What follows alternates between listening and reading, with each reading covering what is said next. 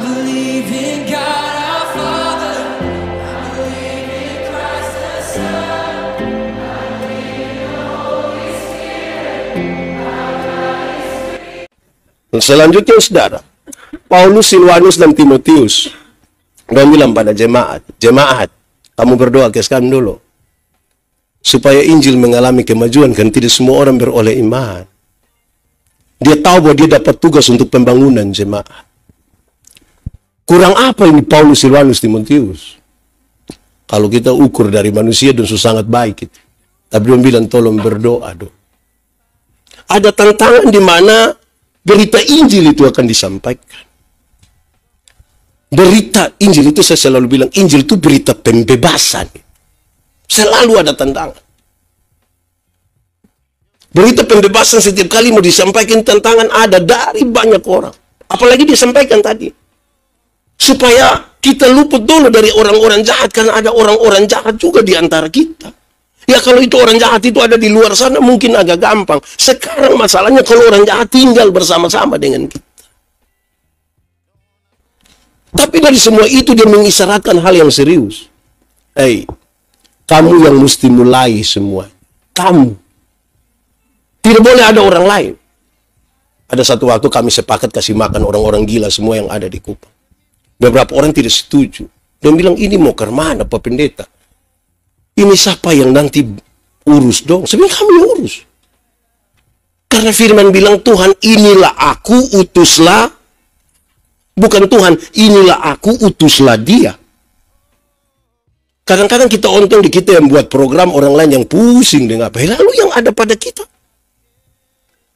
Dia mesti mulai dari apa yang ada pada kita. Tidak bisa mulai dari apa yang ada pada orang lain.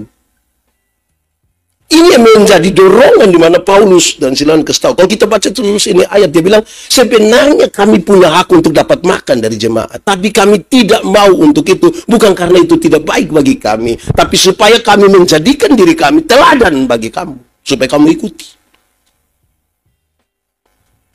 Kalau tidak, apa yang bisa kita buat? Ada satu waktu, dua orang menghadap Tuhan minta karunia. Ternyata di Tuhan itu tinggal dua karunia. Satu karunia memberi, satu karunia menerima.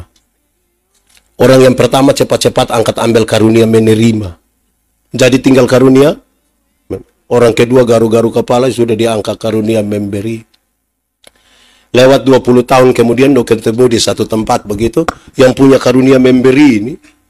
Yang punya karunia memberi ini. Dia ada di atas mobil mewah. Satu tandain orang sukses ya. Tapi yang punya karunia menerima ini ada duduk minta-minta di pinggir jalan. Jadi waktu orang dua baku lihat begini, satu tanya, perasaan itu hari lu dapat karunia memberi. Kenapa engkau lebih kaya dari saya sekarang?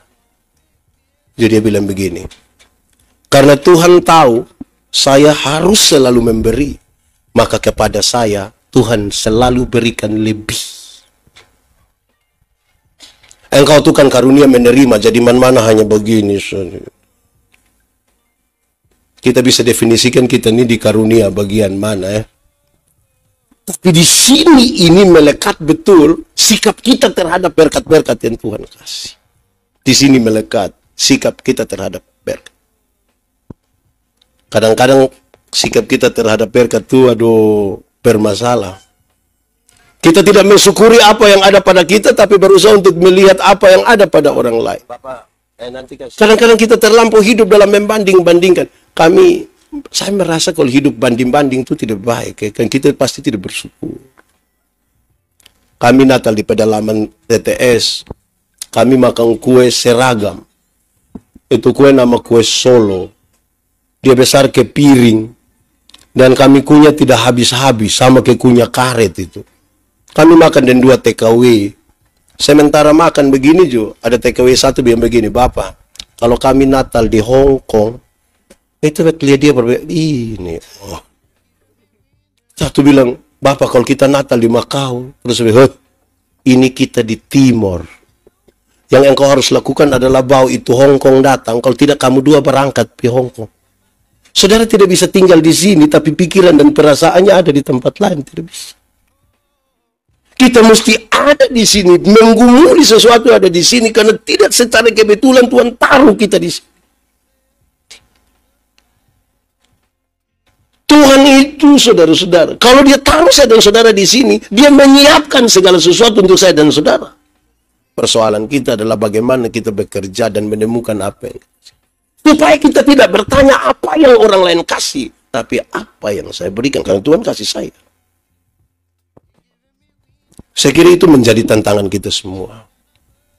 Tantangan bagi gereja dan orang-orang percaya serta semua orang yang berkehendak untuk membangun hidup dan masyarakat ini. Tuhan menolong kita. Semoga ini menjadi bagian bagi kita berpikir dan merenungkan sambil terus berdoa serta bekerja supaya semua yang dimaksudkan oleh Tuhan bisa terjadi juga bagi kita. Tuhan memberkati kita. Mari. I believe in God our Father. I believe in Christ the Son. I believe in the Holy Spirit.